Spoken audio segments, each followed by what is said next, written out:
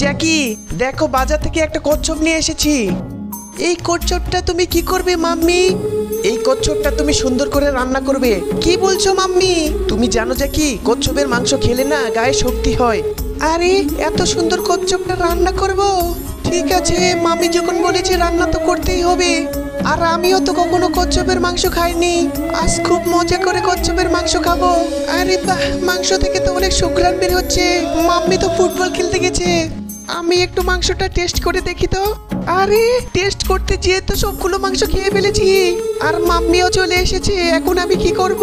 Mummy তুমি চলে এসেছো? ও জ্যাকি, তুমি পড়াশোনা করছো? কচ্ছপটা কি রান্না করেছো বলো? হ্যাঁ মাম্মি, আমি তো কচ্ছপটা অনেকক্ষণ আগে রান্না করে টেবিলের উপর রেখে দিয়েছি, আর আমি একটুও খাইনি। জ্যাকি, এখানে তো কিছুই নেই, কচ্ছপটা গেল কোথায়? আমি তো জানি না মাম্মি, আমি তো রান্না করে টেবিলের উপরে রেখেছিলাম। হ্যাঁ, তাহলে কচ্ছপটা গেল কোথায়?